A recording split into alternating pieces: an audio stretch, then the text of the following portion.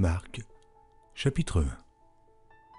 Commencement de l'évangile de Jésus-Christ, Fils de Dieu. Selon ce qui est écrit dans Ésaïe le prophète, « Voici, j'envoie devant toi mon messager, qui préparera ton chemin. C'est la voix de celui qui crie dans le désert. Préparez le chemin du Seigneur, aplanissez ses sentiers. » Jean parut baptisant dans le désert et prêchant le baptême de repentance pour la rémission des péchés. Tout le pays de Judée et tous les habitants de Jérusalem se rendaient auprès de lui, et confessant leurs péchés, ils se faisaient baptiser par lui dans le fleuve du Jourdain.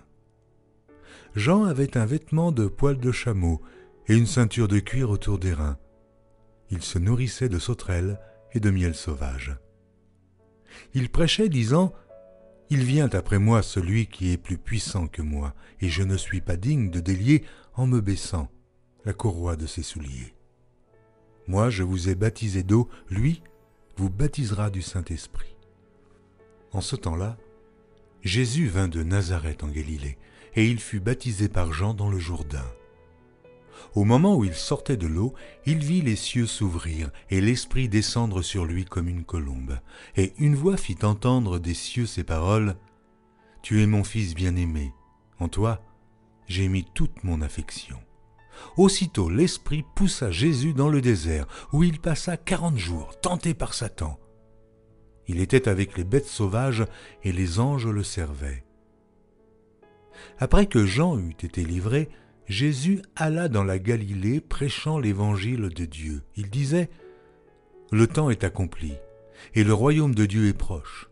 Repentez-vous et croyez à la bonne nouvelle. » Comme il passait le long de la mer de Galilée, il vit Simon et André, frères de Simon, qui jetaient un filet dans la mer, car ils étaient pêcheurs.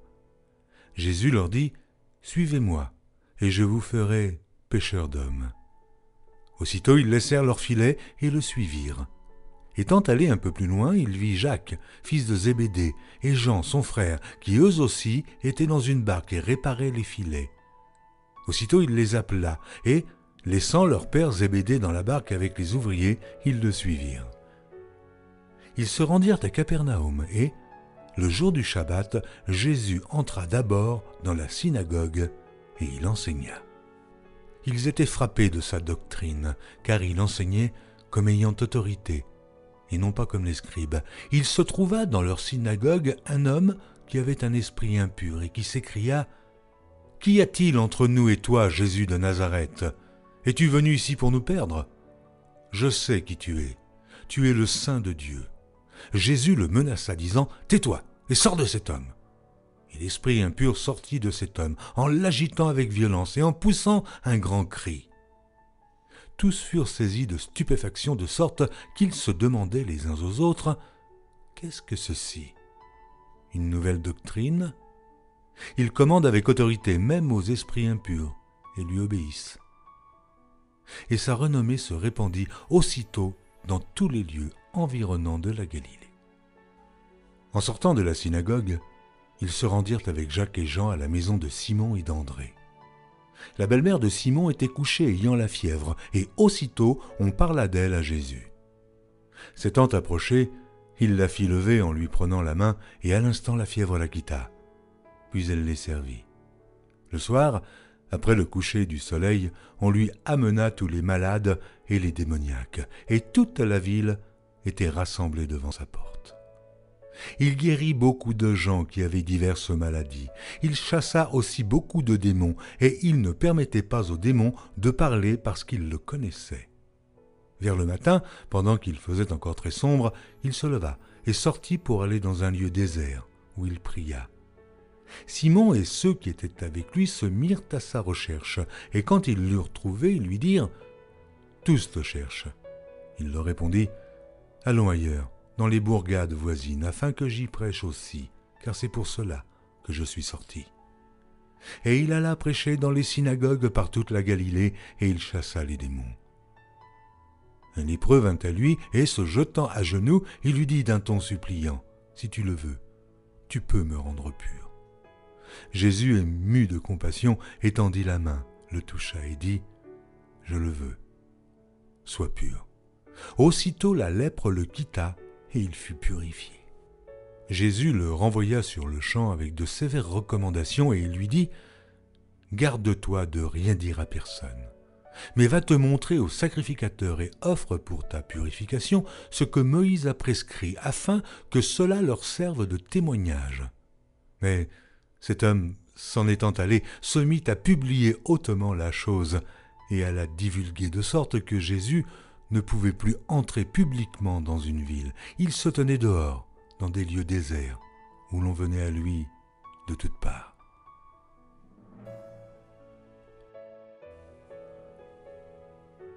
Marc, chapitre 2. Quelques jours après, Jésus revint à Capernaum. On apprit qu'il était à la maison, et il s'assembla un si grand nombre de personnes que l'espace devant la porte ne pouvait plus les contenir. Il leur annonçait la parole. Des gens vinrent à lui, amenant un paralytique porté par 4 hommes. Comme ils ne pouvaient l'aborder à cause de la foule, ils découvrirent le toit de la maison où il était, et ils descendirent par cette ouverture le lit sur lequel le paralytique était couché. Jésus, voyant leur foi, dit au paralytique, « Mon enfant, tes péchés sont pardonnés. » Il y avait là quelques scribes qui étaient assis et qui se disaient au-dedans d'eux, « Comment cet homme parle-t-il ainsi ? Il blasphème. Qui peut pardonner les péchés si ce n'est Dieu seul ?» Jésus, ayant aussitôt connu par son esprit ce qu'ils pensaient au-dedans d'eux, leur dit, « Pourquoi avez-vous de telles pensées dans vos cœurs ? Lequel est le plus aisé de dire au paralytique « Tes péchés sont pardonnés » ou de dire « Lève-toi, prends ton lit et marche » ? Or, afin que vous sachiez que le Fils de l'homme a sur la terre le pouvoir de pardonner les péchés, je te l'ordonne, dit-il au paralytique. Lève-toi, prends ton lit et va dans ta maison. Et à l'instant, il se leva, prit son lit et sortit en présence de tout le monde, de sorte qu'ils étaient tous dans l'étonnement et glorifiaient Dieu, disant « Nous n'avons jamais vu rien de pareil. » Jésus sortit de nouveau du côté de la mer. Toute la foule venait à lui et il les enseignait. En passant, il vit Lévi, fils d'Alphée, assis au bureau des péages. Il lui dit « Suis-moi ». Lévi se leva et le suivit. Comme Jésus était à table dans la maison de Lévi, beaucoup de publicains et de gens de mauvaise vie se mirent aussi à table avec lui et avec ses disciples, car ils étaient nombreux et l'avaient suivi. Les scribes et les pharisiens, le voyant manger avec les publicains et les gens de mauvaise vie, dirent à ses disciples « Pourquoi mange-t-il et boit-il avec les publicains et les gens de mauvaise vie ?» Ce que Jésus ayant entendu, il leur dit « Ce ne sont pas ceux qui se portent bien qui ont besoin de médecins, mais les malades. Je ne suis pas venu appeler des justes, mais des pécheurs. » Les disciples de Jean et les pharisiens jeûnaient. Ils vinrent dire à Jésus « Pourquoi les disciples de Jean et ceux des pharisiens jeûnent-ils, tandis que tes disciples ne jeûnent point ?» Jésus leur répondit « Les amis de l'époux peuvent-ils jeûner pendant que l'époux est avec eux ? Aussi longtemps qu'ils ont avec eux l'époux, ils ne peuvent jeûner. Les jours viendront où l'époux leur sera enlevé, et alors ils jeûneront en ce jour-là. Personne ne coud une pièce de drap neuf à un vieil habit. Autrement, la pièce de drap neuf emporterait une partie du vieux, et la déchirure serait pire. Et personne ne met du vin nouveau dans de vieilles outres. Autrement, le vin fait rompre les outres, et le vin et les outres sont perdus. Mais il faut mettre le vin nouveau dans des outres neuves. Il arriva un jour de Shabbat que Jésus traversa des champs de blé. Ses disciples, chemin faisant, se mirent à arracher des épis. Les pharisiens lui dirent « Voici, pourquoi font-ils ce qui n'est pas permis pendant le Shabbat ?» Jésus leur répondit « N'avez-vous jamais lu ce que fit David lorsqu'il fut dans la nécessité et qu'il eut faim, lui et ceux qui étaient avec lui? Comment il entra dans la maison de Dieu du temps du souverain sacrificateur Abiatar et mangea les pains de proposition qu'il n'est permis qu'aux sacrificateurs de manger, et en donna même à ceux qui étaient avec lui. Puis il leur dit « Le Shabbat a été fait pour l'homme, et non l'homme pour le Shabbat, de sorte que le Fils de l'homme est maître même du Shabbat. »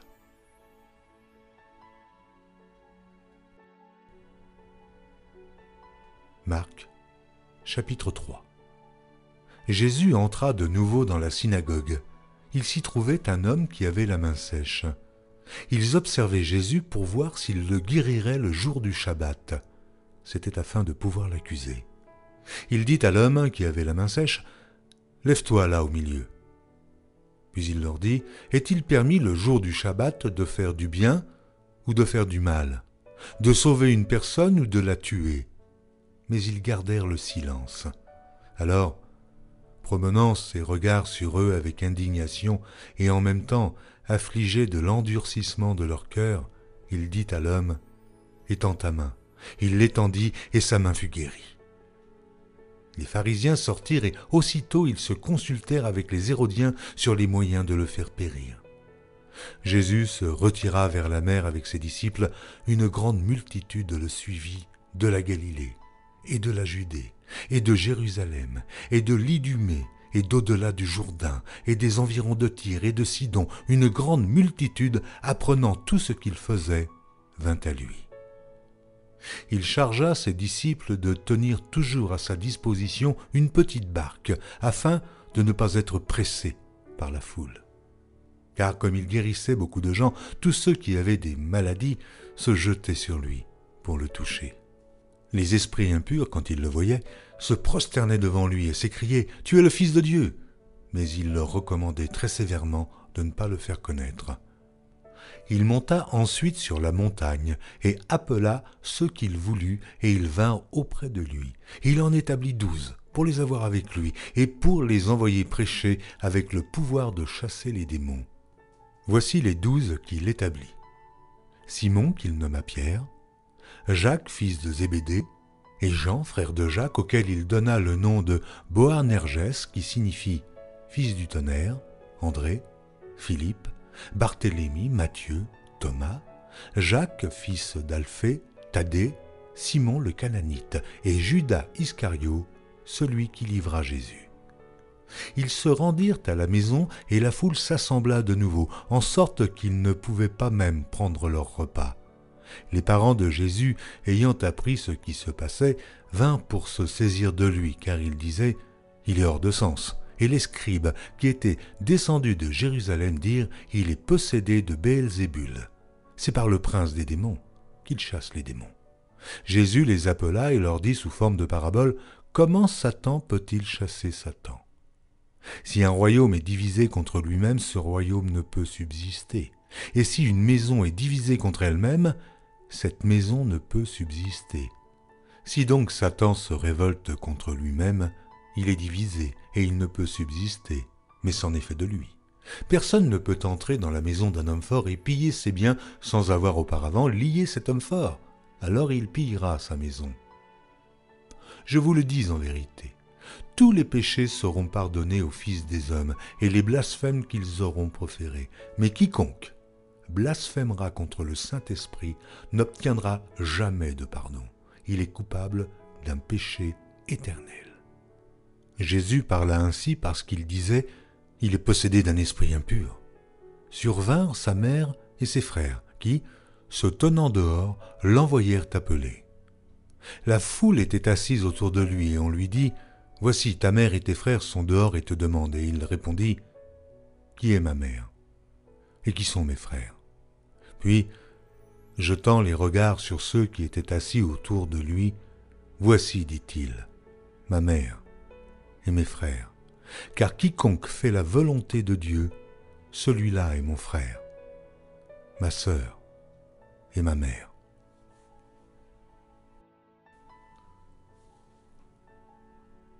Marc, chapitre 4. Jésus se mit de nouveau à enseigner au bord de la mer. Une grande foule s'étant assemblée auprès de lui, il monta et s'assit dans une barque sur la mer. Toute la foule était à terre sur le rivage. Il leur enseigna beaucoup de choses en paraboles, et il leur dit dans son enseignement, « Écoutez, un semeur sortit pour semer. Comme il semait, une partie de la semence tomba le long du chemin. Les oiseaux vinrent et la mangèrent. Une autre partie tomba dans un endroit pierreux, où elle n'avait pas beaucoup de terre. Elle leva aussitôt parce qu'elle ne trouva pas un sol profond, mais quand le soleil parut, elle fut brûlée et sécha, faute de racines. Une autre partie tomba parmi les épines. Les épines montèrent et l'étouffèrent, et elle ne donna point de fruit. Une autre partie tomba dans la bonne terre. Elle donna du fruit, qui montait et croissait, et elle rapportait 30, 60 et 100 pour un. Puis il dit, que celui qui a des oreilles pour entendre, entende. Lorsqu'il fut en particulier, ceux qui l'entouraient avec les 12 l'interrogèrent sur les paraboles. Il leur dit, « C'est à vous qu'a été donné le mystère du royaume de Dieu.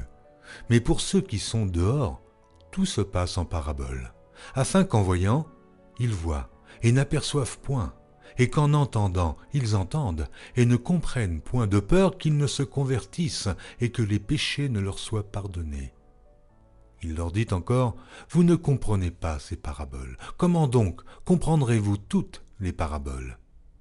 Le semeur sème la parole. Les uns sont le long du chemin où la parole est semée. Quand ils l'ont entendue, aussitôt Satan vient et enlève la parole qui a été semée en eux.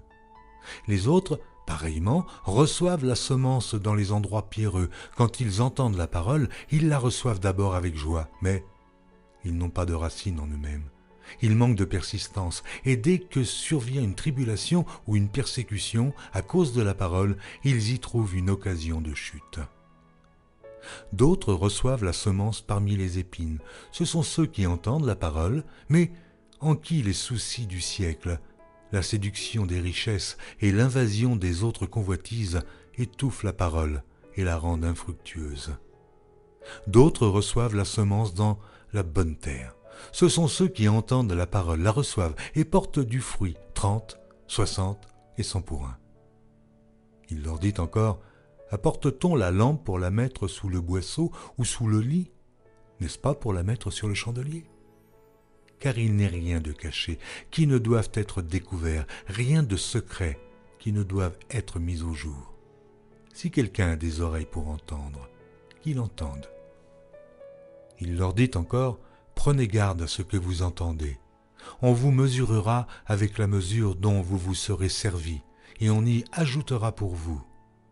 Car on donnera à celui qui a, mais à celui qui n'a pas, on ôtera même ce qu'il a. » Il dit encore, « Il en est du royaume de Dieu comme quand un homme jette de la semence en terre. Qu'il dorme ou qu'il veille, nuit et jour, la semence germe et croît, sans qu'il sache comment. La terre produit d'elle-même d'abord l'herbe, puis l'épi, puis le grain tout formé dans l'épi, et dès que le fruit est mûr, on y met la faucille, car la moisson est là. » Il dit encore, « À quoi comparerons-nous le royaume de Dieu, ou par quelle parabole le représenterons-nous ? Il est semblable à un grain de sénévé qui, lorsqu'on le sème en terre, est la plus petite de toutes les semences qui sont sur la terre. Mais lorsqu'il a été semé, il monte, devient plus grand que tous les légumes et pousse de grandes branches, en sorte que les oiseaux du ciel peuvent habiter sous son ombre. » C'est par beaucoup de paraboles de ce genre qu'il leur annonçait la parole, selon qu'ils étaient capables de l'entendre. Il ne leur parlait point sans parabole, mais, en particulier, il expliquait tout à ses disciples. Ce même jour, sur le soir, Jésus leur dit « Passons à l'autre bord. » Après avoir renvoyé la foule, ils l'emmenèrent dans la barque où il se trouvait. Il y avait aussi d'autres barques avec lui. Il s'éleva un grand tourbillon, et les flots se jetaient dans la barque, au point qu'elle se remplissait déjà. Et lui, il dormait à la poupe sur le coussin. Ils le réveillèrent et lui dirent « Maître, ne t'inquiètes-tu pas de ce que nous périssons ?» S'étant réveillé, il menaça le vent et la mer. « Silence, tais-toi !» Et le vent cessa, et il y eut un grand calme. Puis il leur dit, « Pourquoi avez-vous ainsi peur? Comment n'avez-vous point de foi ?» Ils furent saisis d'une grande frayeur, et ils se dirent les uns aux autres, « Quel est donc celui-ci, à qui obéissent même le vent et la mer ?» Marc, chapitre 5. Ils arrivèrent à l'autre bord de la mer, dans le pays des Gadaréniens. Aussitôt que Jésus fut hors de la barque, il vint au-devant de lui un homme sortant des sépulcres et possédé d'un esprit impur. Cet homme avait sa demeure dans les sépulcres et personne ne pouvait plus le lier, même avec une chaîne. Car souvent il avait eu les fers aux pieds et avait été lié de chaînes, mais il avait rompu les chaînes et brisé les fers, et personne n'avait la force de le dompter. Il était sans cesse nuit et jour dans les sépulcres et sur les montagnes, criant et se meurtrissant avec des pierres. Ayant vu Jésus de loin, il accourut, se prosterna devant lui et s'écria d'une voix forte : « Qu'y a-t-il entre moi et toi, Jésus, fils du Dieu Très-Haut ? Je t'en conjure, au nom de Dieu, ne me tourmente pas. » Car Jésus lui disait : « Sors de cet homme, esprit impur. » Et il lui demanda : « Quel est ton nom ? » ?»« Légion est mon nom, lui répondit-il, car nous sommes plusieurs. » Et il le priait instamment de ne pas les envoyer hors du pays. Il y avait là, vers la montagne, un grand troupeau de pourceaux qui paissaient. Et les démons le prièrent, disant : « Envoie-nous dans ces pourceaux, afin que nous entrions en eux. » Il le leur permit. Et les esprits impurs sortirent, entrèrent dans les pourceaux, et le troupeau se précipita des pentes escarpées dans la mer. Il y en avait environ 2000, et ils se noyèrent dans la mer. Ceux qui les faisaient paître s'enfuirent et répandirent la nouvelle dans la ville et des campagnes. Les gens allèrent voir ce qui était arrivé. Ils vinrent auprès de Jésus, et ils virent le démoniaque, celui qui avait eu la légion, assis, vêtu et dans son bon sens, et ils furent saisis de frayeur. Ceux qui avaient vu ce qui s'était passé leur racontèrent ce qui était arrivé au démoniaque et au pourceau. Alors il se mit à supplier Jésus de quitter leur territoire.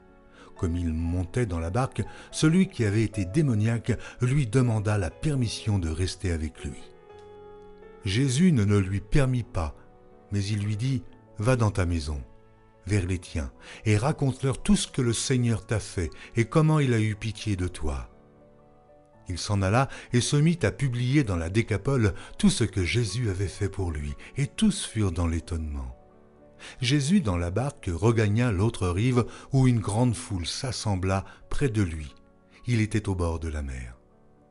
Alors vint un des chefs de la synagogue, nommé Jaïrus, qui, l'ayant aperçu, se jeta à ses pieds et lui adressa cette instante prière : « Ma petite fille est à l'extrémité, viens, impose-lui les mains, afin qu'elle soit sauvée et qu'elle vive. » Jésus s'en alla avec lui, et une grande foule le suivait et le pressait.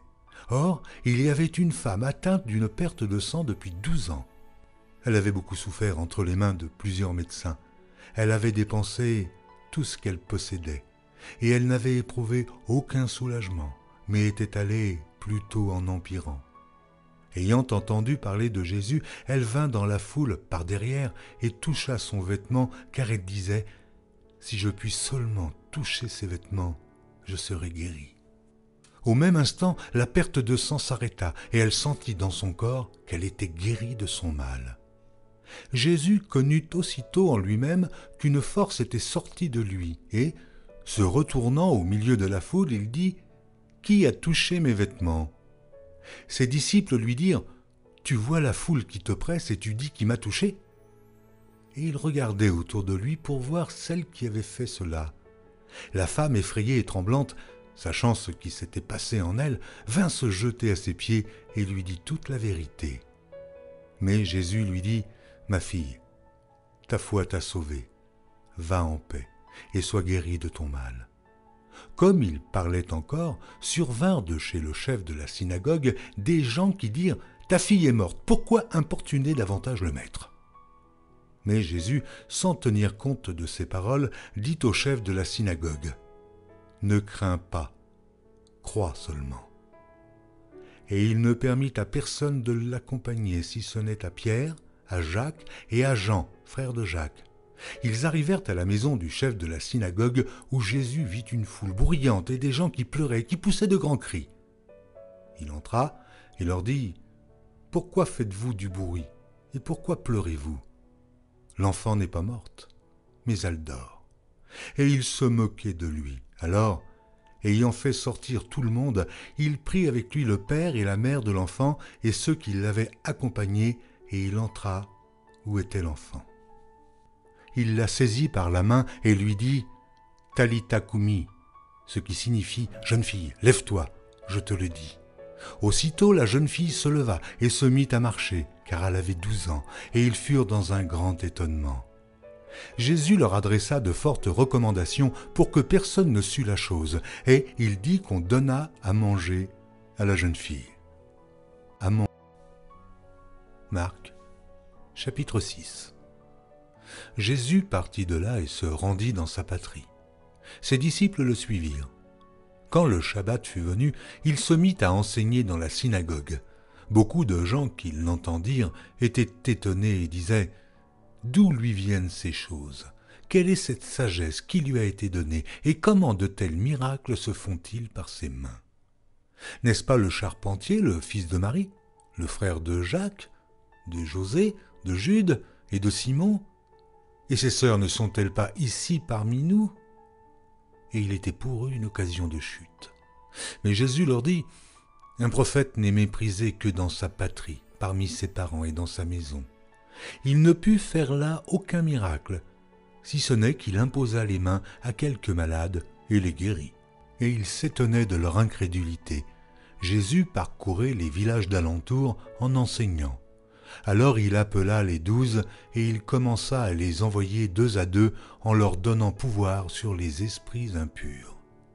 Il leur prescrivit de ne rien prendre pour le voyage, si ce n'est un bâton, de n'avoir ni pain, ni sac, ni monnaie dans la ceinture, de chausser des sandales et de ne pas revêtir de tunique.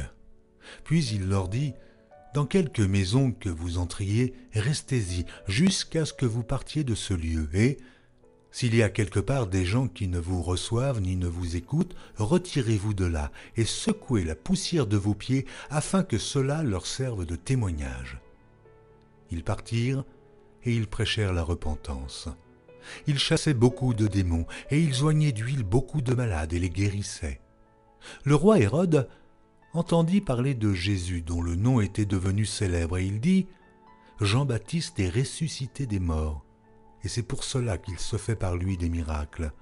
D'autres disaient « C'est Élie » et d'autres disaient « C'est un prophète, comme l'un des prophètes. » Mais Hérode, en apprenant cela, disait « Ce Jean que j'ai fait décapiter, c'est lui qui est ressuscité. » Car Hérode lui-même avait fait arrêter Jean et l'avait fait lier en prison à cause d'Hérodias, femme de Philippe, son frère, parce qu'il l'avait épousée et que Jean lui disait « Il ne t'est pas permis d'avoir la femme de ton frère. » Hérodias était irritée contre Jean et voulait le faire mourir, mais elle ne le pouvait, car Hérode craignait Jean, le connaissant pour un homme juste et saint.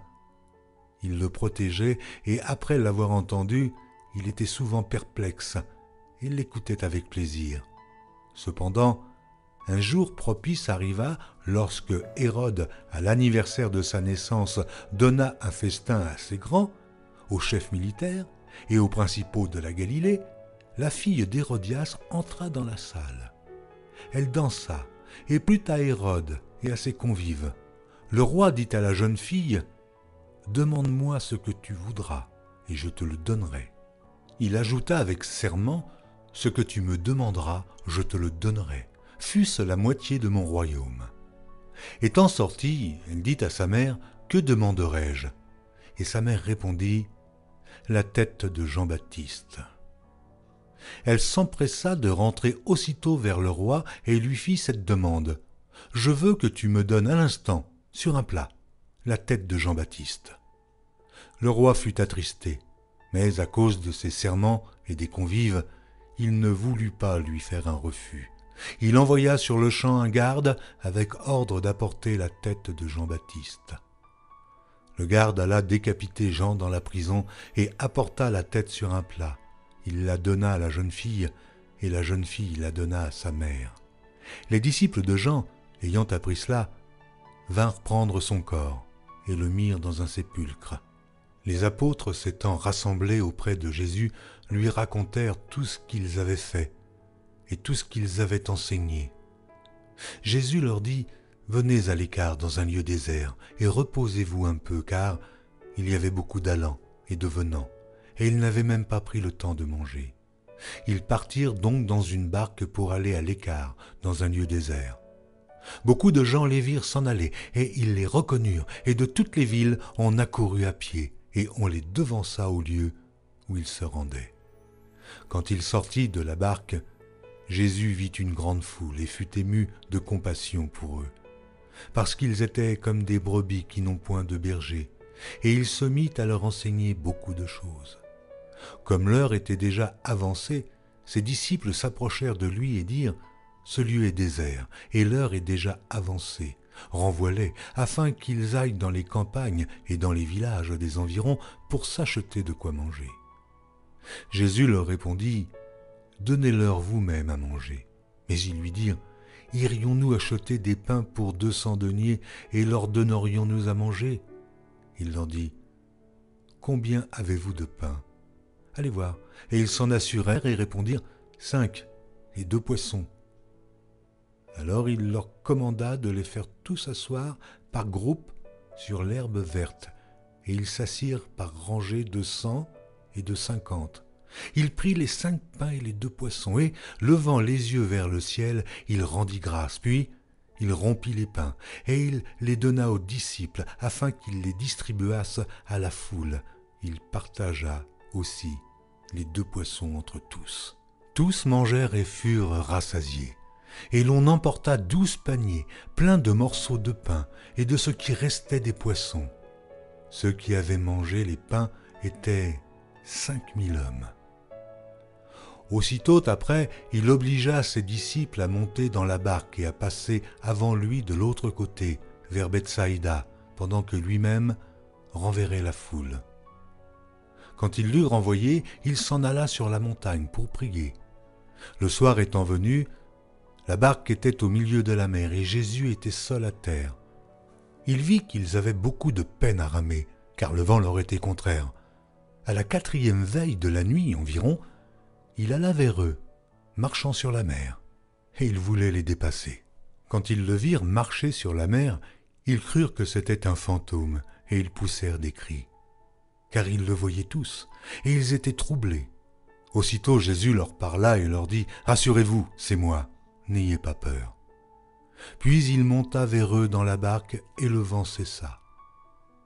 Ils furent en eux-mêmes tous stupéfaits et remplis d'étonnement, car ils n'avaient pas compris le miracle des pains parce que leur cœur était endurci. Après avoir traversé la mer, ils vinrent dans le pays de Génézareth, et ils abordèrent. Quand ils furent sortis de la barque, les gens, ayant aussitôt reconnu Jésus, parcoururent tous les environs, et l'on se mit à apporter les malades sur des lits, partout où l'on apprenait qu'il était. En quelques lieux qu'il arriva dans les villages, dans les villes ou dans les campagnes, on mettait les malades sur les places publiques, et on le priait de leur permettre seulement de toucher le bord de son vêtement, et tous ceux qui le touchaient étaient guéris. Marc, chapitre 7. Les pharisiens et quelques scribes venus de Jérusalem s'assemblèrent auprès de Jésus. Ils virent quelques-uns de ses disciples prendre leur repas avec des mains impures, c'est-à-dire non lavées. Or les pharisiens et tous les juifs ne mangent pas sans s'être lavés soigneusement les mains, conformément à la tradition des anciens. Et quand ils reviennent de la place publique, ils ne mangent qu'après s'être purifiés. Oh, ils ont encore beaucoup d'autres observances traditionnelles, comme le lavage des coupes, des cruches et des vases d'airain. Et les pharisiens et les scribes lui demandèrent « Pourquoi tes disciples ne suivent-ils pas la tradition des anciens, mais prennent-ils leur repas avec des mains impures ?» Jésus leur répondit « Hypocrites, Ésaïe a bien prophétisé sur vous, ainsi qu'il est écrit « Ce peuple m'honore des lèvres, mais son cœur est éloigné de moi. » C'est en vain qu'il m'honore, en donnant des préceptes qui sont des commandements d'hommes. Vous abandonnez le commandement de Dieu et vous observez la tradition des hommes. Il leur dit encore, vous anéantissez fort bien le commandement de Dieu pour garder votre tradition, car Moïse a dit, honore ton père et ta mère, Et celui qui maudira son père ou sa mère sera puni de mort.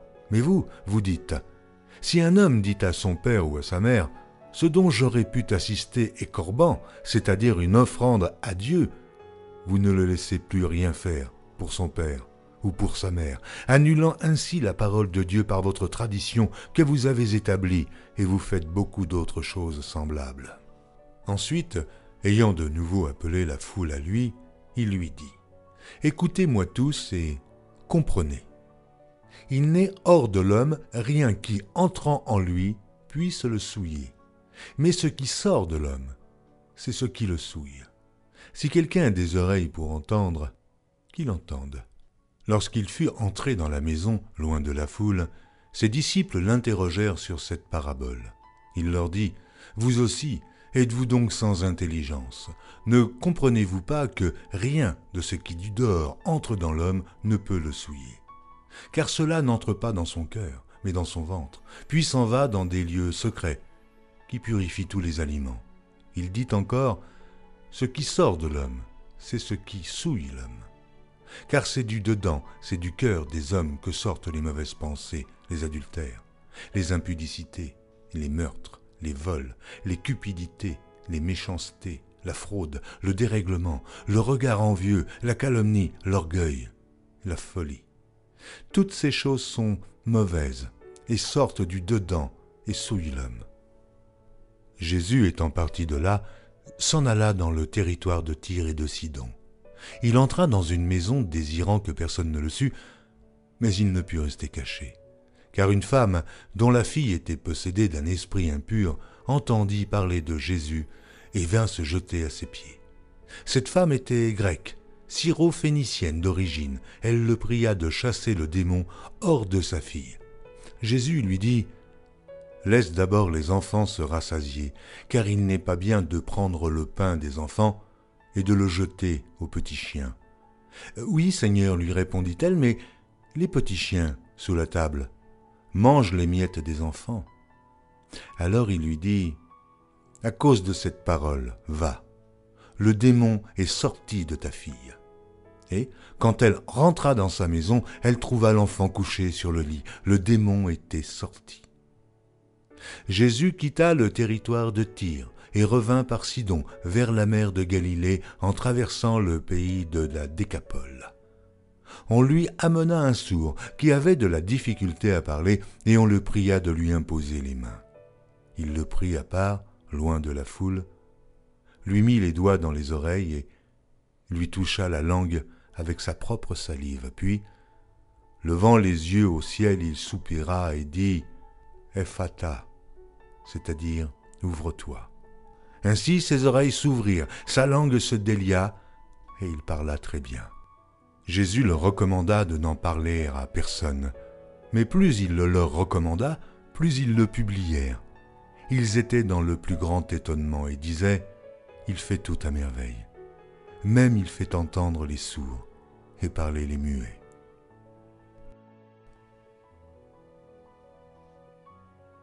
Marc, chapitre 8.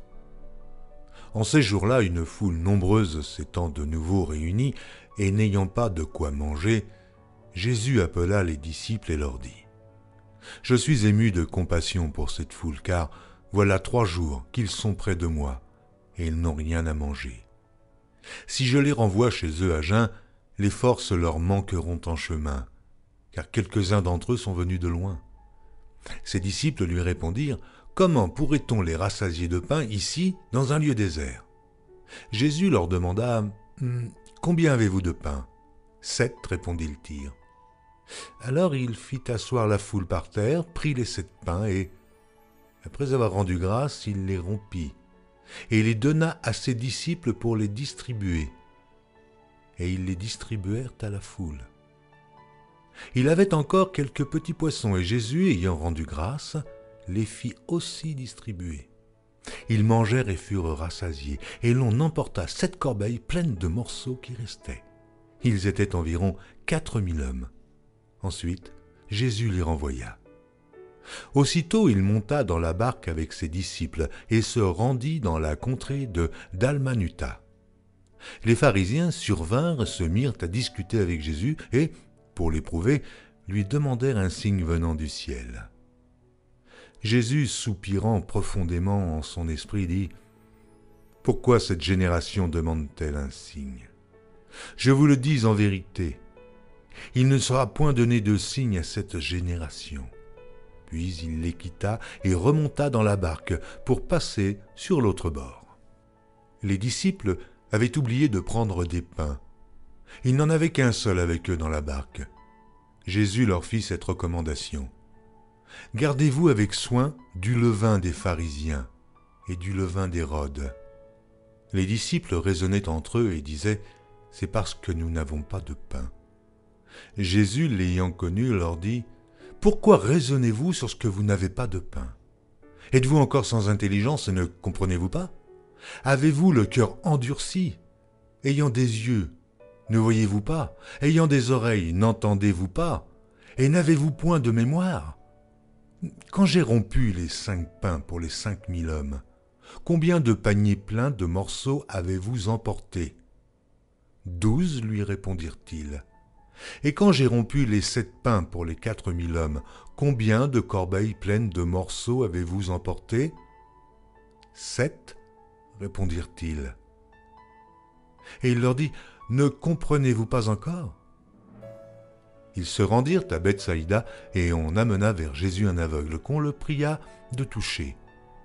Il prit l'aveugle par la main et le conduisit hors du village, puis il lui mit de la salive sur les yeux, lui imposa les mains et lui demanda s'il voyait quelque chose.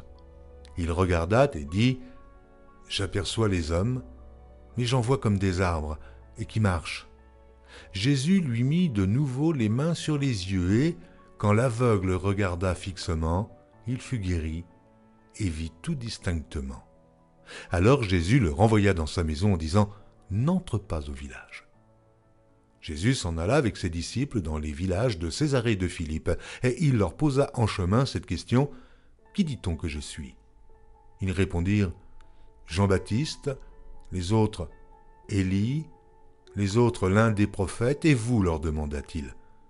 Qui dites-vous que je suis ? Pierre lui répondit, tu es le Christ. Jésus leur recommanda sévèrement de ne dire cela de lui à personne.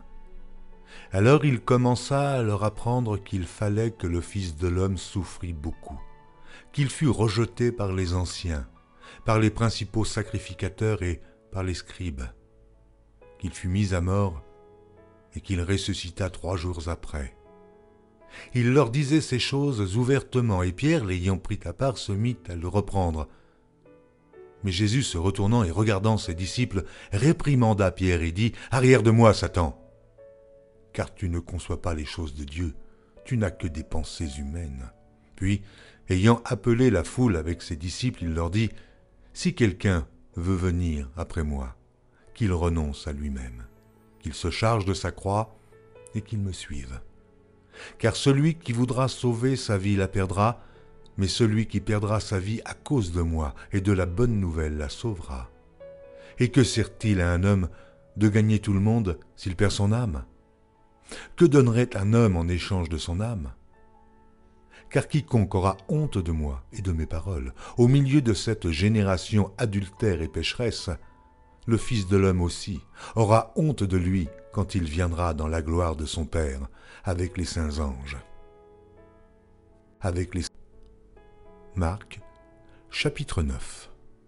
Il leur dit encore, « Je vous le dis en vérité, quelques-uns de ceux qui sont ici ne mourront point, qu'ils n'aient vu le royaume de Dieu venir avec puissance. » 6 jours après, Jésus prit avec lui Pierre, Jacques et Jean, et il les conduisit seuls à l'écart sur une haute montagne. Il fut transfiguré devant eux. Ses vêtements devinrent resplendissants et d'une telle blancheur qu'il n'est pas de foulon sur la terre qui puisse blanchir ainsi. Élie et Moïse leur apparurent, s'entretenant avec Jésus. Pierre, prenant la parole, dit à Jésus, « Rabbi, il est bon que nous soyons ici. Dressons 3 tentes, une pour toi, une pour Moïse et une pour Élie, car ils ne savaient que dire, l'effroi les ayant saisis. » Une nuée vint les couvrir, et de la nuée sortit une voix. Celui-ci est mon fils bien-aimé. Écoutez-le. Aussitôt les disciples regardèrent tout autour, et ils ne virent que Jésus, seul, avec eux. Comme ils descendaient de la montagne, Jésus leur recommanda de ne dire à personne ce qu'ils avaient vu, jusqu'à ce que le Fils de l'homme fût ressuscité des morts. Ils retinrent cette parole, se demandant entre eux ce que c'est que ressusciter des morts. Les disciples lui firent cette question. Pourquoi les scribes disent-ils qu'il faut qu'Élie vienne premièrement? Il leur répondit, Élie viendra premièrement et rétablira toutes choses. Et pourquoi est-il écrit du Fils de l'homme qu'il doit souffrir beaucoup et être méprisé? Mais je vous dis qu'Élie est venu, et qu'ils l'ont traité comme ils ont voulu, selon ce qu'il est écrit de lui. Lorsqu'ils furent arrivés près des disciples, ils virent autour d'eux une grande foule et des scribes qui discutaient avec eux. Dès que la foule vit Jésus, elle fut surprise et accourut pour le saluer. Il leur demanda « Sur quoi discutez-vous avec eux ?» Et un homme de la foule lui répondit « Maître, j'ai amené auprès de toi mon fils qui est possédé d'un esprit muet. En quelque lieu qu'il le saisisse, il le jette par terre. L'enfant écume, grince des dents et devient tout raide. J'ai prié tes disciples de chasser l'esprit, et ils n'ont pas pu. Race d'incrédules, leur dit Jésus, jusque à quand serai-je avec vous? Jusque à quand vous supporterai-je? Amenez-le-moi. On le lui amena. Et aussitôt que l'enfant vit Jésus, l'esprit l'agita avec violence. Il tomba par terre et se roulait en écumant. Jésus demanda au Père, « Combien y a-t-il de temps que cela lui arrive ?» « Depuis son enfance, répondit-il. Et souvent l'esprit l'a jeté dans le feu et dans l'eau pour le faire périr. Mais si tu peux quelque chose, viens à notre secours, aie compassion de nous. » Jésus lui dit, « Si tu peux, mais tout est possible à celui qui croit. » Aussitôt le père et l'enfant s'écria, « Je crois, viens au secours de mon incrédulité. » Jésus, voyant accourir la foule, menaça l'esprit impur et lui dit, « Esprit muet et sourd, je te l'ordonne, sors de cet enfant et n'y entre plus. » Et il sortit en poussant des cris et en l'agitant avec une grande violence. L'enfant devint comme mort, de sorte que plusieurs disaient qu'il était mort. Mais Jésus, l'ayant pris par la main, le fit lever. Il se tint debout. Quand Jésus fut entré dans la maison, ses disciples lui demandèrent en particulier « Pourquoi n'avons-nous pu chasser cet esprit ?» Et il leur dit « Cette espèce-là ne peut sortir que par la prière. » Ils partirent de là et traversèrent la Galilée. Jésus ne voulait pas qu'on le sût, car il enseignait ses disciples et il leur dit « Le Fils de l'homme sera livré entre les mains des hommes.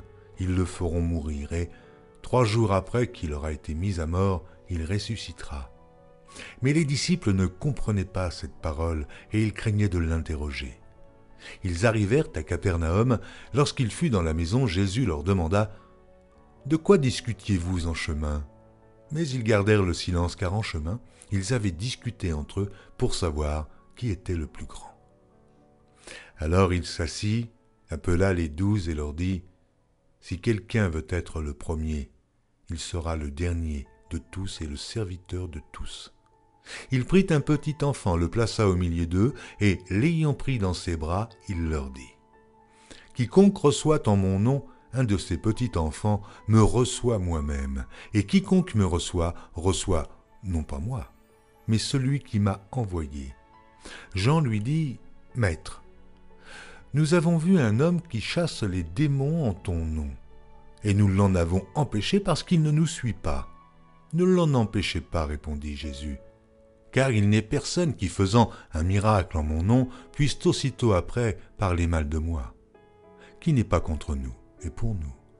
Et quiconque vous donnera à boire un verre d'eau en mon nom parce que vous appartenez à Christ, je vous le dis en vérité, il ne perdra point sa récompense. Mais si quelqu'un scandalisait un de ces petits qui croient, il vaudrait mieux pour lui qu'on lui mît au cou une grosse meule de moulin et qu'on le jetât dans la mer. Si ta main est pour toi une occasion de chute, coupe-la. Mieux vaut pour toi entrer manchot dans la vie que d'avoir les 2 mains et d'aller dans la géhenne, dans le feu qui ne s'éteint point. Et si ton pied est pour toi une occasion de chute, coupe-le. Mieux vaut pour toi entrer boiteux dans la vie que d'avoir les 2 pieds et d'être jeté dans la géhenne, dans le feu qui ne s'éteint point. Et si ton œil est pour toi une occasion de chute, arrache-le. Mieux vaut pour toi entrer dans le royaume de Dieu n'ayant qu'un œil, que d'avoir 2 yeux et d'être jeté dans la géhenne, où leur ver ne meurt point, et où le feu ne s'éteint point. Car tout homme sera salé de feu. Le sel est une bonne chose. Mais si le sel devient sans saveur, avec quoi l'assaisonnerez-vous? Ayez du sel en vous-même, et soyez en paix les uns avec les autres. Marc, chapitre 10. Jésus étant parti de là se rendit dans le territoire de la Judée, au-delà du Jourdain. La foule s'assembla de nouveau près de lui et selon sa coutume, il se mit encore à l'enseigner. Les pharisiens l'abordèrent et pour l'éprouver, ils lui demandèrent s'il est permis à un homme de répudier sa femme. Il leur répondit, « Que vous a prescrit Moïse ?» Moïse, dirent-ils, a permis d'écrire une lettre de divorce et de répudier. Et Jésus leur dit, « C'est à cause de la dureté de votre cœur que Moïse vous a donné ce précepte. Mais au commencement de la création, Dieu fit l'homme et la femme. C'est pourquoi l'homme quittera son père et sa mère et s'attachera à sa femme, et les 2 deviendront une seule chair. Ainsi, ils ne sont plus 2, mais ils sont une seule chair. Que l'homme donc ne sépare pas ce que Dieu a joint. » Lorsqu'ils furent dans la maison, les disciples l'interrogèrent encore là-dessus. Il leur dit, « Celui qui répudie sa femme et qui en épouse une autre commet un adultère à son égard. Et si une femme quitte son mari et en épouse un autre, elle commet un adultère. » On lui amena des petits-enfants afin qu'il les touchât, mais les disciples reprirent ceux qui les amenaient. Jésus, voyant cela, fut indigné et leur dit, « Laissez venir à moi les petits-enfants et ne les en empêchez pas, car le royaume de Dieu est pour ceux qui leur ressemblent. Je vous le dis en vérité, quiconque ne recevra pas le royaume de Dieu comme un petit enfant n'y entrera point. » Puis il les prit dans ses bras et les bénit, en leur imposant les mains. Comme Jésus se mettait en chemin, un homme accourut et se jetant à genoux devant lui, « Bon maître, lui demanda-t-il, que dois-je faire pour hériter la vie éternelle ?» Jésus lui dit, « Pourquoi m'appelles-tu bon? Il n'y a de bon que Dieu seul. Tu connais les commandements. Tu ne commettras point d'adultère, tu ne tueras point, tu ne déroberas point, tu ne diras point de faux témoignages, tu ne feras tort à personne, honore ton père et ta mère. » Il lui répondit, « Maître, j'ai observé toutes ces choses dès ma jeunesse. » Jésus, l'ayant regardé, l'aima et lui dit, « Il te manque une chose. Va, vends tout ce que tu as, donne-le aux pauvres, et tu auras un trésor dans le ciel, puis viens et suis-moi. » Mais, affligé de cette parole, cet homme s'en alla tout triste, car il avait de grands biens. Jésus, regardant autour de lui, dit à ses disciples qu'il sera difficile à ceux qui ont des richesses d'entrer dans le royaume de Dieu.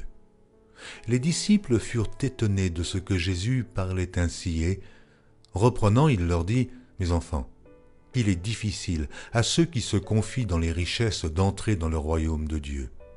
Il est plus facile à un chameau de passer par le trou d'une aiguille qu'à un riche d'entrer dans le royaume de Dieu. » Les disciples furent encore plus étonnés et ils se dirent les uns aux autres, « Et qui peut être sauvé ?» Jésus les regarda et dit, « Cela est impossible aux hommes, mais non à Dieu, car tout est possible à Dieu. » Pierre se mit à lui dire, « Voici, nous avons tout quitté et nous t'avons suivi. » Jésus répondit, « Je vous le dis en vérité, il n'est personne qui, ayant quitté à cause de moi et à cause de la bonne nouvelle sa maison, ou ses frères, ou ses sœurs, ou sa mère, ou son père, ou ses enfants, ou ses terres, ne reçoive au centuple présentement dans ce siècle-ci des maisons des frères, des sœurs, des mères, des enfants et des terres, avec des persécutions, et, dans le siècle à venir, la vie éternelle. Plusieurs des premiers seront les derniers, et plusieurs des derniers seront les premiers. » Ils étaient en chemin pour monter à Jérusalem, et Jésus allait au-devant d'eux. Les disciples étaient troublés, ils le suivaient avec crainte. Et Jésus prit de nouveau les 12 auprès de lui, et commença à leur dire ce qui devait lui arriver. « Voici, nous montons à Jérusalem, et le Fils de l'homme sera livré aux principaux sacrificateurs et aux scribes. Ils le condamneront à mort, et ils le livreront aux païens, qui se moqueront de lui, cracheront sur lui, le battront de verges, et le feront mourir. Et 3 jours après, il ressuscitera. » Les fils de Zébédée, Jacques et Jean, s'approchèrent de Jésus et lui dirent « Maître, nous voudrions que tu fisses pour nous ce que nous te demanderons. » Il leur dit « Que voulez-vous que je fasse pour vous ?» « Accorde-nous, lui dirent-ils, d'être assis l'un à ta droite et l'autre à ta gauche, quand tu seras dans la gloire. » Jésus leur répondit « Vous ne savez ce que vous demandez. Pouvez-vous boire la coupe que je dois boire, ou être baptisé du baptême dont je dois être baptisé ?» Nous le pouvons, dirent-ils. Et Jésus leur répondit, « Il est vrai que vous boirez la coupe que je dois boire, et que vous serez baptisés du baptême dont je dois être baptisé.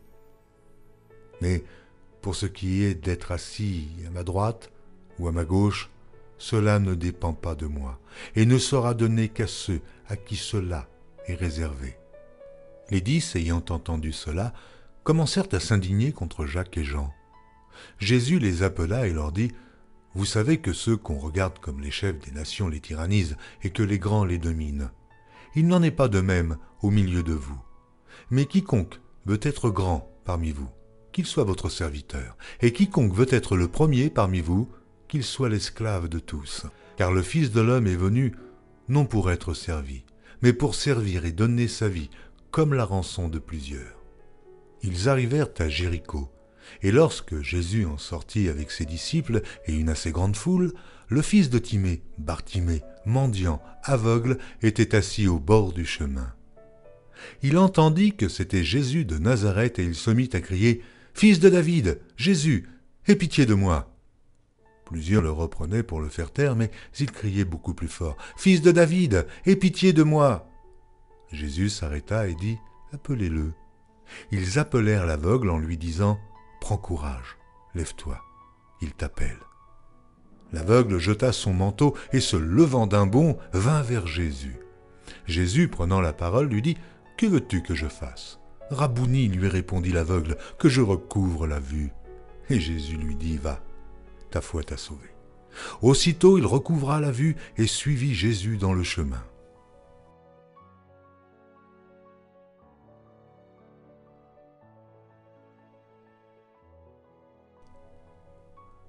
Marc, chapitre 11. Lorsqu'ils approchèrent de Jérusalem et qu'il fut près de Bethphagée et de Béthanie, vers la montagne des Oliviers, Jésus envoya 2 de ses disciples, en leur disant « Allez au village qui est devant vous, dès que vous y serez entrés, vous trouverez un ânon attaché sur lequel aucun homme ne s'est encore assis. Détachez-le et amenez-le. Si quelqu'un vous dit « Pourquoi faites-vous cela ?» répondez « Le Seigneur en a besoin, et à l'instant, il le laissera venir ici. » Les disciples, étant allés, trouvèrent l'ânon attaché dehors, près d'une porte, au contour du chemin, et ils le détachèrent. Quelques-uns de ceux qui étaient là leur dirent « Mais que faites-vous? Pourquoi détachez-vous cet ânon ?» Ils répondirent comme Jésus l'avait dit, et on les laissa aller.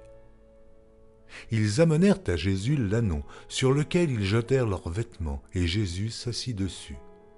Beaucoup de gens étendirent leurs vêtements sur le chemin, et d'autres des branches qu'ils coupèrent dans les champs. Ceux qui précédaient et ceux qui suivaient Jésus criaient « Hosanna, béni soit celui qui vient au nom du Seigneur, béni soit le règne qui vient, le règne de David notre Père, Hosanna dans les lieux très hauts. » Jésus entra à Jérusalem dans le temple. Quand il eut tout considéré, comme il était déjà tard, il s'en alla à Béthanie avec les 12. Le lendemain, après qu'ils furent sortis de Béthanie, Jésus eut faim. Apercevant de loin un figuier qui avait des feuilles, il alla voir s'il y trouverait quelque chose, et, S'en étant approché, il ne trouva que des feuilles, car ce n'était pas la saison des figues. Prenant alors la parole, il lui dit « Que jamais personne ne mange de ton fruit. » Et ses disciples l'entendirent. Ils arrivèrent à Jérusalem, et Jésus entra dans le temple, et il se mit à chasser ceux qui vendaient et qui achetaient dans le temple. Il renversa les tables des changeurs et les sièges des vendeurs de pigeons, et ne laissant personne transporter aucun objet à travers le temple. Et il enseignait et disait, n'est-il pas écrit ? Ma maison sera appelée une maison de prière pour toutes les nations, mais vous en avez fait une caverne de voleurs. Les principaux sacrificateurs et les scribes, l'ayant entendu, cherchèrent les moyens de le faire périr, car ils craignaient, parce que toute la foule était frappée de sa doctrine. Quand le soir fut venu, Jésus sortit de la ville. Le matin, en passant, les disciples virent le figuier séché jusqu'aux racines. Pierre, se rappelant ce qui s'était passé, dit à Jésus, « Rabbi, regarde le figuier que tu as maudit, a séché. » Jésus prit la parole et leur dit, « Ayez foi en Dieu. Je vous le dis en vérité, si quelqu'un dit à cette montagne, « Ôte-toi de là et jette-toi dans la mer », et s'il ne doute point en son cœur, mais croit que ce qu'il a dit arrive, il le verra s'accomplir. C'est pourquoi je vous dis, tout ce que vous demanderez en priant, croyez que vous l'avez reçu, et vous le verrez s'accomplir. Et, lorsque vous êtes debout, faisant votre prière, si vous avez quelque chose contre quelqu'un, pardonnez, afin que votre Père qui est dans les cieux vous pardonne aussi vos offenses. Mais si vous ne pardonnez pas, votre Père qui est dans les cieux ne vous pardonnera pas non plus vos offenses. » Ils se rendirent de nouveau à Jérusalem et, pendant que Jésus se promenait dans le temple, les principaux sacrificateurs et les scribes et les anciens vinrent à lui et lui dirent « Par quelle autorité fais-tu ces choses ? Et qui t'a donné l'autorité de les faire ?» Jésus leur répondit « Je vous adresserai aussi une question. Répondez-moi, et je vous dirai par quelle autorité je fais ces choses. Le baptême de Jean, venait-il du ciel ou des hommes ?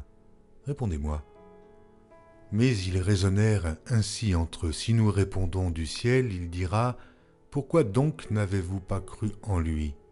Et si nous répondons des hommes, ils craignaient le peuple, car tous tenaient réellement Jean pour un prophète.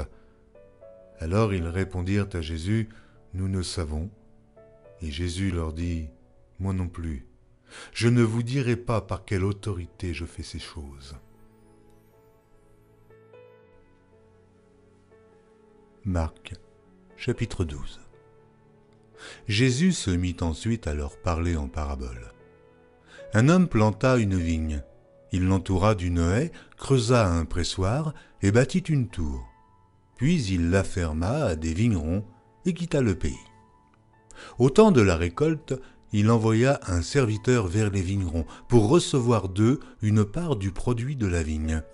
S'étant saisis de lui, ils le battirent et le renvoyèrent à vide. Il envoya de nouveau vers eux un autre serviteur. Ils le frappèrent à la tête et l'outragèrent.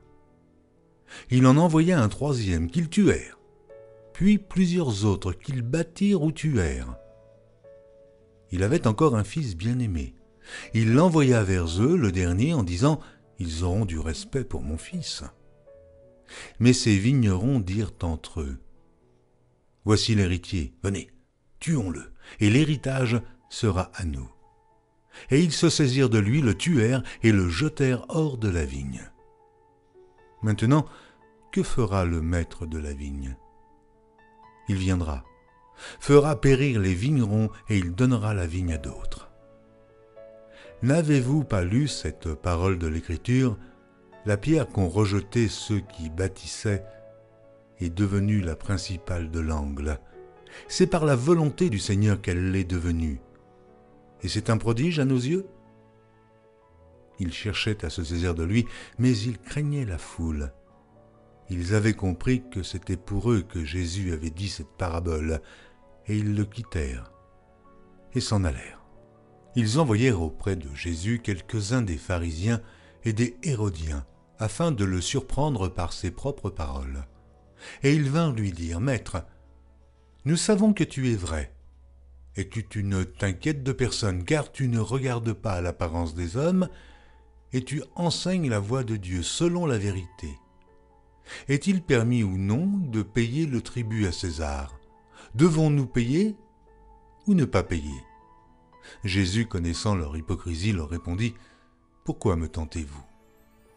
Apportez-moi un denier afin que je le voie. » Ils en apportèrent un, et Jésus leur demanda, « De qui sont cette effigie et cette inscription? » « De César, lui répondirent-ils.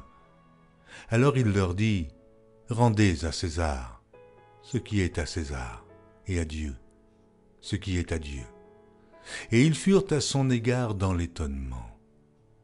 Les Sadducéens, qui disent qu'il n'y a point de résurrection, vinrent auprès de Jésus et lui firent cette question, « Maître, voici ce que Moïse nous a prescrit. Si le frère de quelqu'un meurt et laisse une femme sans avoir d'enfant, son frère épousera sa veuve et suscitera une postérité à son frère. Or, il y avait 7 frères. Le premier se maria et mourut sans laisser de postérité. Le second prit la veuve pour femme et mourut sans laisser de postérité. Et il en fut de même du troisième, et aucun des 7 ne laissa de postérité. Après eux tous, la femme mourut aussi. À la résurrection, duquel d'entre eux sera-t-elle la femme, car les 7 l'ont eue pour femme? Jésus leur répondit, « N'êtes-vous pas dans l'erreur parce que vous ne comprenez ni les Écritures, ni la puissance de Dieu? Car, à la résurrection des morts, les hommes ne prendront point de femmes, ni les femmes de mari, mais ils seront comme les anges dans les cieux. Pour ce qui est de la résurrection des morts, n'avez-vous pas lu dans le livre de Moïse ce que Dieu lui dit à propos du buisson? Je suis le Dieu d'Abraham, le Dieu d'Isaac et le Dieu de Jacob. Dieu n'est pas Dieu des morts, mais des vivants. Vous êtes grandement dans l'erreur. » Un des scribes qui les avait entendus discuter, sachant que Jésus avait bien répondu aux Sadducéens, s'approcha et lui demanda, « Quel est le premier de tous les commandements ?» Jésus répondit, « Voici le premier. Écoute, Israël, le Seigneur, notre Dieu est l'unique Seigneur, et tu aimeras le Seigneur ton Dieu de tout ton cœur, de toute ton âme, de toute ta pensée et de toute ta force. Voici le second. Tu aimeras ton prochain comme toi-même. Il n'y a pas d'autre commandement plus grand que cela. » Le scribe lui dit, « Bien, maître, tu as dit avec vérité que Dieu est unique et qu'il n'y en a point d'autre que lui, et que l'aimer de tout son cœur, de toute sa pensée, de toute son âme et de toute sa force, et aimer son prochain comme soi-même, c'est plus que tous les holocaustes et tous les sacrifices. » Jésus, voyant qu'il avait répondu avec intelligence, lui dit, « Tu n'es pas loin du royaume de Dieu. » Et personne n'osa pu lui proposer de question. Jésus, continuant à enseigner dans le temple, dit, « Comment les scribes disent-ils que le Christ est fils de David ? David lui-même, animé par l'Esprit Saint, a dit, « Le Seigneur a dit à mon Seigneur, assieds-toi à ma droite, jusqu'à ce que je fasse de tes ennemis ton marchepied. » David lui-même l'appelle Seigneur. Comment donc est-il son fils? Et une grande foule l'écoutait avec plaisir. Il leur disait dans son enseignement, « Gardez-vous des scribes, qui aiment à se promener en robe longue et à être salués dans les places publiques, qui recherchent les premiers sièges dans les synagogues et les premières places dans les festins, qui dévorent les maisons des veuves et qui font pour l'apparence de longues prières. Ils seront jugés plus sévèrement. » Jésus, s'étant assis vis-à-vis du tronc, regardait comment la foule y mettait de l'argent. Plusieurs riches mettaient beaucoup. Il vint aussi une pauvre veuve. Elle y mit 2 petites pièces, faisant un quart de sou. Alors Jésus, ayant appelé ses disciples, leur dit, « Je vous le dis en vérité, Cette pauvre veuve a donné plus qu'aucun de ceux qui ont mis dans le tronc, car tous ont mis de leur superflu. Mais elle a mis de son nécessaire, tout ce qu'elle possédait, tout ce qu'elle avait pour vivre. Marc, chapitre 13. Lorsque Jésus sortit du temple, un de ses disciples lui dit « Maître, regarde quelle pierre et quelle construction !» Jésus lui répondit « Vois-tu ces grandes constructions ? Il ne restera pas pierre sur pierre qui ne soit renversée. » Il s'assit sur la montagne des Oliviers en face du temple, et Pierre, Jacques, Jean et André lui firent en particulier cette question. « Dis-nous quand cela arrivera-t-il, et à quel signe connaîtra-t-on que toutes ces choses vont s'accomplir ?» Jésus se mit alors à leur dire « Prenez garde que personne ne vous séduise, car plusieurs viendront sous mon nom disant « C'est moi », et ils séduiront beaucoup de gens. Quand vous entendrez parler de guerre et de bruit de guerre, ne soyez pas troublés, car il faut que ces choses arrivent, mais ce ne sera pas encore la fin. Une nation s'élèvera contre une nation et un royaume contre un royaume. Il y aura des tremblements de terre en divers lieux, il y aura des famines. Ce ne sera que le commencement des douleurs. Prenez garde à vous-même. On vous livrera aux tribunaux et vous serez battus de verges dans les synagogues. Vous comparaîtrez devant des gouverneurs et devant des rois à cause de moi, pour leur servir de témoignage. Il faut premièrement que la bonne nouvelle soit prêchée à toutes les nations. Quand on vous emmènera pour vous livrer, ne vous inquiétez pas d'avance de ce que vous aurez à dire, mais dites ce qui vous sera donné à l'heure même, car ce n'est pas vous qui parlerez, mais l'Esprit Saint. Le frère livrera son frère à la mort et le père son enfant. Les enfants se soulèveront contre leurs parents et les feront mourir. Vous serez haïs de tous à cause de mon nom, mais celui qui persévérera jusqu'à la fin sera sauvé. Lorsque vous verrez l'abomination de la désolation établie là où elle ne doit pas être, que celui qui lit fasse attention. Alors, que ceux qui seront en Judée fuient dans les montagnes. Que celui qui sera sur le toit ne descende pas et n'entre pas pour prendre quelque chose dans sa maison, et que celui qui sera dans les champs ne retourne pas en arrière pour prendre son manteau. Malheurs aux femmes qui seront enceintes et à celles qui allaiteront en ces jours-là. Priez pour que ces choses n'arrivent pas en hiver. Car la détresse en ces jours sera telle qu'il n'y en a point eu de semblable depuis le commencement du monde que Dieu a créé jusqu'à présent, et qu'il n'y en aura jamais.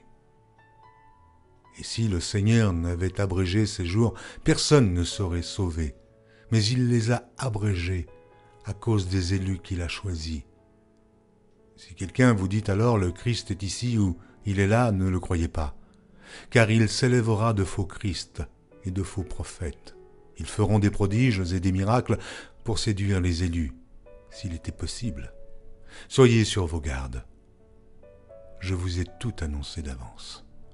Mais, dans ces jours, après cette détresse, le soleil s'obscurcira, la lune ne donnera plus sa lumière, les étoiles tomberont du ciel, et les puissances qui sont dans les cieux seront ébranlées. Alors on verra le Fils de l'homme venant sur les nuées, avec une grande puissance et avec gloire. Alors, il enverra les anges, et il rassemblera les élus des quatre vents, de l'extrémité de la terre jusqu'à l'extrémité du ciel. Instruisez-vous par une comparaison tirée du figuier. Dès que ses branches deviennent tendres et que les feuilles poussent, vous connaissez que l'été est proche. De même, quand vous verrez ces choses arriver, sachez que le Fils de l'homme est proche, à la porte. Je vous le dis en vérité, cette génération ne passera point que tout cela n'arrive. Le ciel et la terre passeront, mais mes paroles ne passeront point. Pour ce qui est du jour ou de l'heure, personne ne le sait, ni les anges dans le ciel, ni le Fils, mais le Père seul. Prenez garde, veillez et priez, car vous ne savez quand ce temps viendra. Il en sera comme d'un homme qui, partant pour un voyage, laisse sa maison, remet l'autorité à ses serviteurs, indique à chacun sa tâche et ordonne au portier de veiller. Veillez donc, car vous ne savez quand viendra le maître de la maison, ou le soir, ou au milieu de la nuit, ou au chant du coq, ou le matin. Craignez qu'il ne vous trouve endormi à son arrivée soudaine. Ce que je vous dis, je le dis à tous. Veillez. Marc, chapitre 14. La fête de Pâques et des pains sans levain devait avoir lieu 2 jours après. Les principaux sacrificateurs et les scribes cherchaient les moyens d'arrêter Jésus par ruse et de le faire mourir.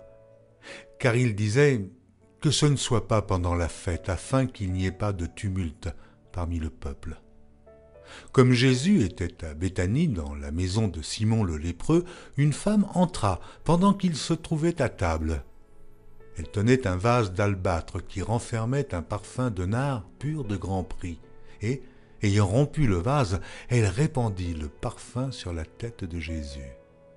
Quelques-uns exprimèrent entre eux leur indignation. À quoi bon perdre ce parfum? On aurait pu le vendre plus de 300 deniers et de les donner aux pauvres. Et ils s'irritaient contre cette femme. Mais Jésus dit, « Laissez-la. Pourquoi lui faites-vous de la peine? Elle a fait une bonne action à mon égard. Car vous avez toujours les pauvres avec vous, et vous pouvez leur faire du bien quand vous voulez, mais vous ne m'avez pas toujours. Elle a fait ce qu'elle a pu. Elle a d'avance embaumé mon corps pour la sépulture. Je vous le dis en vérité, partout où la bonne nouvelle sera prêchée dans le monde entier, on racontera aussi en mémoire de cette femme ce qu'elle a fait. » Judas Iscario, l'un des 12, alla vers les principaux sacrificateurs afin de leur livrer Jésus. Après l'avoir entendu, ils furent dans la joie et promirent de lui donner de l'argent, et Judas cherchait une occasion favorable pour le livrer. Le premier jour des pains sans levain, où l'on immolait la Pâque, les disciples de Jésus lui dirent « Où veux-tu que nous allions te préparer la Pâque ?» Et il envoya 2 de ses disciples et leur dit « Allez à la ville, vous rencontrerez un homme portant une cruche d'eau, suivez-le. Quelque part qu'il entre, dit au maître de la maison, le maître dit « Où est le lieu où je mangerai la Pâque avec mes disciples ?» Et il vous montrera une grande chambre haute, meublée et toute prête. C'est là que vous nous préparerez la Pâque. Les disciples partirent, arrivèrent à la ville et trouvèrent les choses comme il le leur avait dit. Ils préparèrent la Pâque. Le soir étant venu, il arriva avec les 12. Pendant qu'ils étaient à table et qu'ils mangeaient, Jésus dit « Je vous le dis en vérité, l'un de vous qui mange avec moi me livrera. » Ils commencèrent à s'attrister et à lui dire l'un après l'autre « Est-ce moi ?»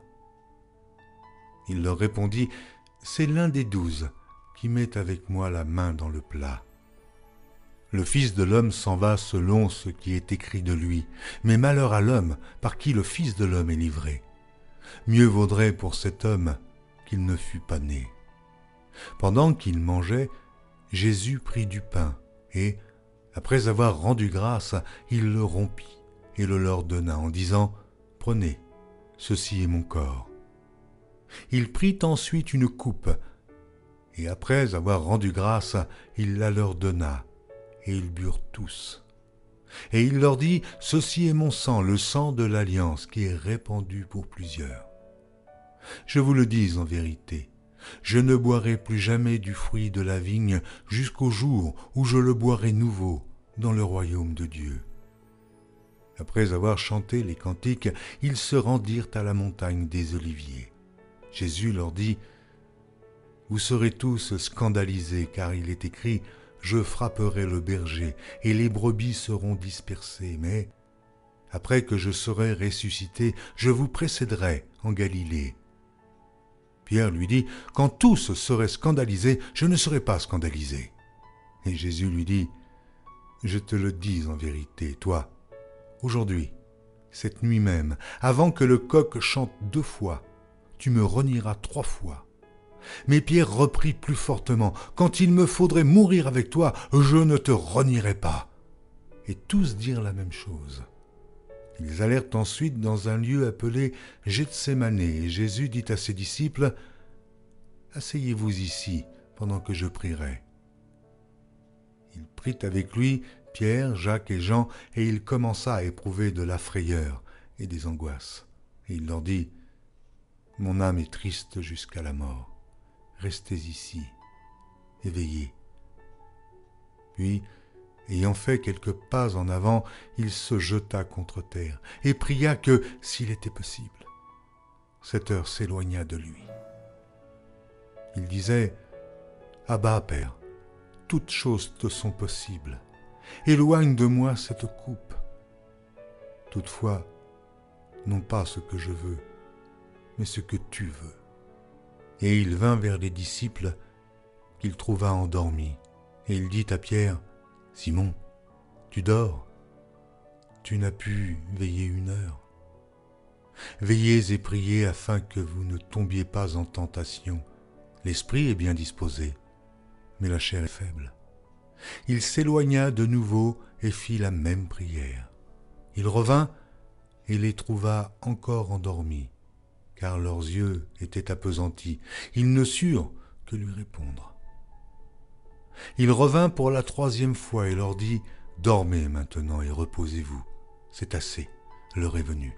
Voici, le Fils de l'homme est livré aux mains des pécheurs. Levez-vous, allons. Voici celui qui me livre approche. » Et aussitôt, comme il parlait encore, arriva Judas, l'un des 12, et avec lui une foule armée d'épées et de bâtons, envoyés par les principaux sacrificateurs, par les scribes et par les anciens. Celui qui le livrait leur avait donné ce signe, « Celui que je baiserai, c'est lui. Saisissez-le et emmenez-le sûrement. » Dès qu'il fut arrivé, il s'approcha de Jésus, disant, « Rabbi !» et il le baisa. Alors, ces gens mirent la main sur Jésus et le saisirent. Un de ceux qui étaient là, tirant l'épée, frappa le serviteur du souverain sacrificateur et lui emporta l'oreille. Jésus, prenant la parole, leur dit, « Vous êtes venus comme après un brigand, avec des épées et des bâtons, pour vous emparer de moi. J'étais tous les jours parmi vous, enseignant dans le temple, et vous ne m'avez pas saisi. Mais c'est afin que les Écritures soient accomplies. » Alors tous l'abandonnèrent et prirent la fuite. Un jeune homme le suivait, et n'ayant sur le corps qu'un drap, on se saisit de lui, mais il lâcha son vêtement et se sauva tout nu. Ils emmenèrent Jésus chez le souverain sacrificateur, où s'assemblèrent tous les principaux sacrificateurs, les anciens et les scribes. Pierre le suivit de loin jusque dans l'intérieur de la cour du souverain sacrificateur. Il s'assit avec les serviteurs et il se chauffait près du feu. Les principaux sacrificateurs et tout le Sanhédrin cherchaient un témoignage contre Jésus pour le faire mourir. Et ils n'en trouvaient point, car plusieurs rendaient de faux témoignages contre lui, mais les témoignages ne s'accordaient pas. Quelques-uns se levèrent et portèrent un faux témoignage contre lui, disant « Nous l'avons entendu dire, je détruirai ce temple fait de main d'homme, et en 3 jours, j'en bâtirai un autre qui ne sera pas fait de main d'homme. » Mais même sur ce point-là, leur témoignage ne s'accordait pas. Alors, le souverain sacrificateur, se levant au milieu de l'assemblée, interrogea Jésus et dit « Ne réponds-tu rien? Qu'est-ce que ces gens déposent contre toi ?» Jésus garda le silence et ne répondit rien. Le souverain sacrificateur l'interrogea de nouveau et lui dit « Es-tu le Christ, le Fils du Dieu béni ?»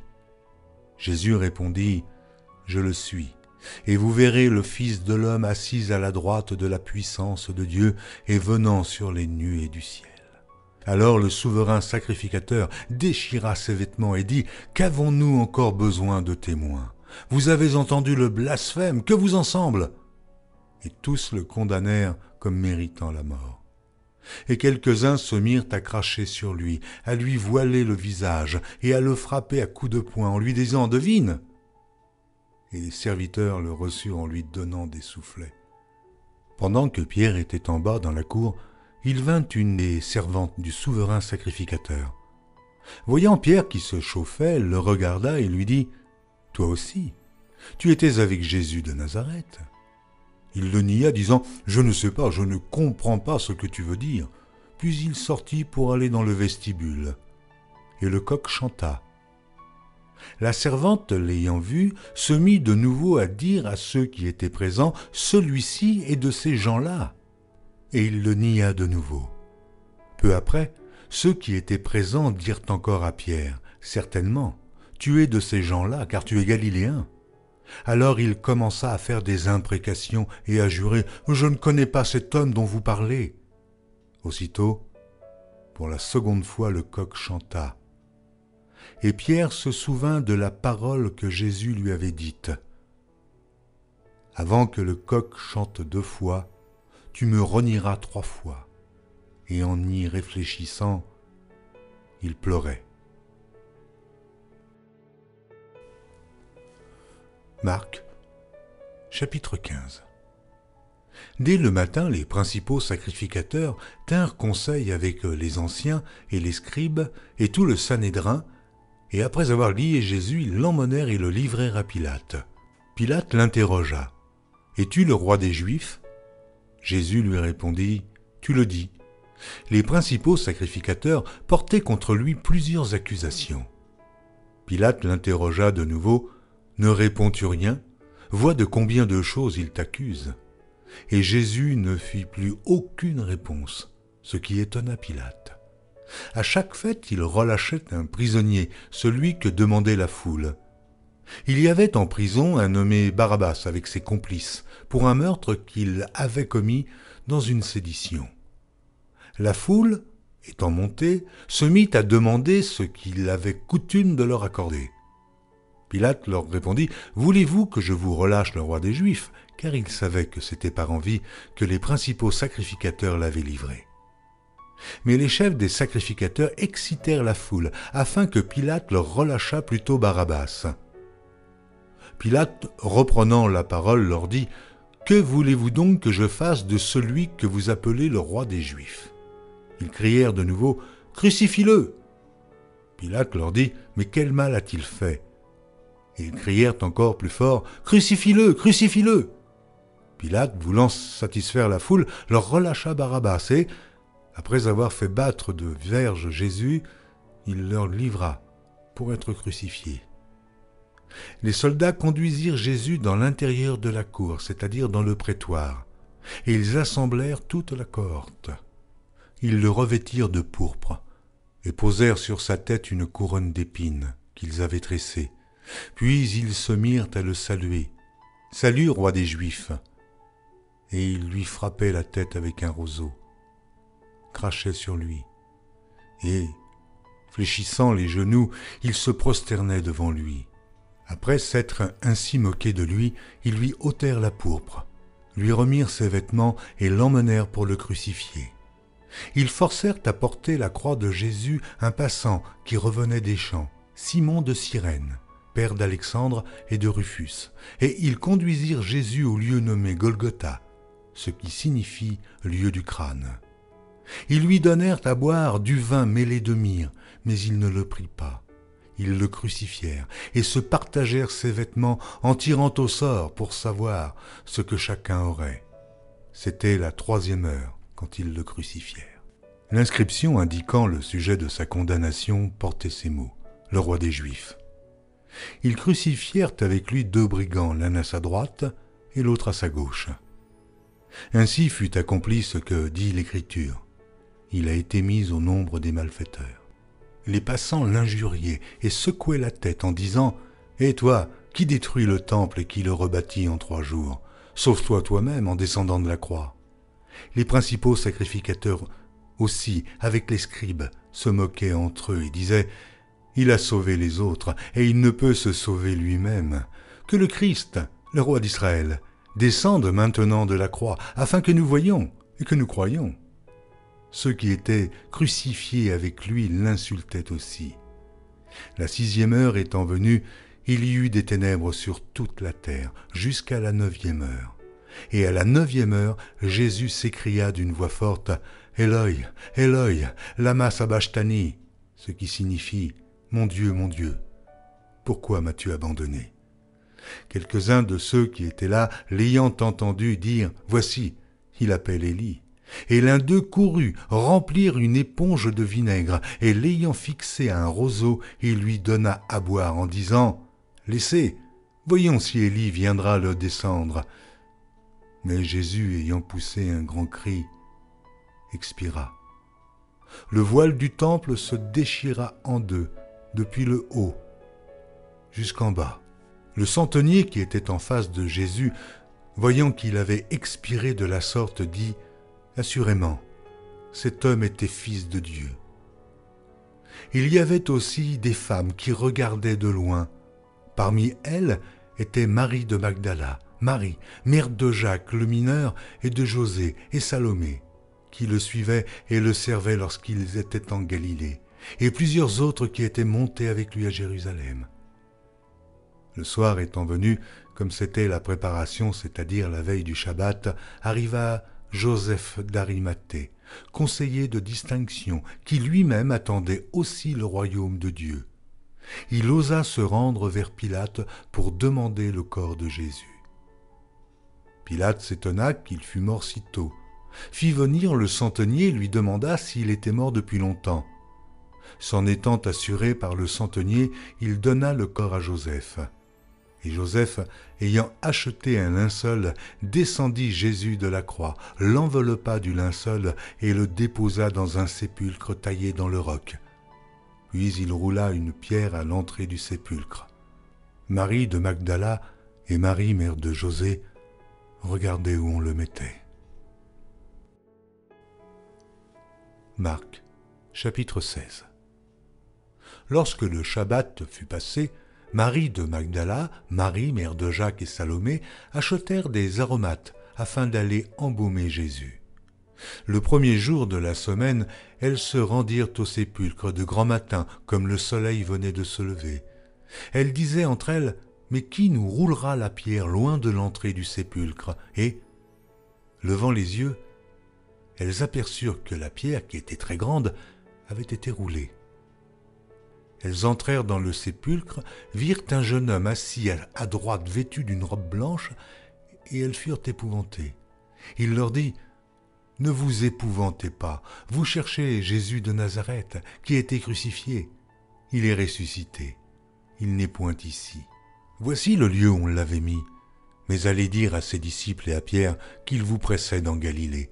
C'est là que vous le verrez, comme il vous l'a dit. » Elles sortirent du sépulcre et s'enfuirent. La peur et le trouble les avaient saisies, et elles ne dirent rien à personne à cause de leur effroi. Jésus, étant ressuscité le matin du premier jour de la semaine, apparut d'abord à Marie de Magdala, de laquelle il avait chassé 7 démons. Elle alla emporter la nouvelle à ceux qui avaient été avec lui et qui s'affligeaient et pleuraient. Quand ils entendirent qu'il vivait et qu'elle l'avait vu, ils ne le crurent point. Après cela, il apparut sous une autre forme à 2 d'entre eux qui étaient en chemin pour aller à la campagne. Ils revinrent l'annoncer aux autres, qui ne les crurent pas non plus. Enfin, il apparut aux 11, pendant qu'ils étaient à table, et il leur reprocha leur incrédulité et la dureté de leur cœur, parce qu'ils n'avaient pas cru ceux qui l'avaient vu ressusciter. Puis il leur dit « Allez par tout le monde, et prêchez la bonne nouvelle à toute la création. Celui qui croira et qui sera baptisé sera sauvé, mais celui qui ne croira pas sera condamné. Voici les miracles qui accompagneront ceux qui auront cru. En mon nom, ils chasseront les démons. Ils parleront de nouvelles langues. Ils saisiront des serpents. S'ils boivent quelque breuvage mortel, ils ne leur feront point de mal. Ils imposeront les mains aux malades, et les malades seront guéris. » Le Seigneur, après leur avoir parlé, fut enlevé au ciel, et il s'assit à la droite de Dieu. Et ils s'en allèrent prêcher partout. Le Seigneur travaillait avec eux et confirmait la parole par les miracles qui l'accompagnaient.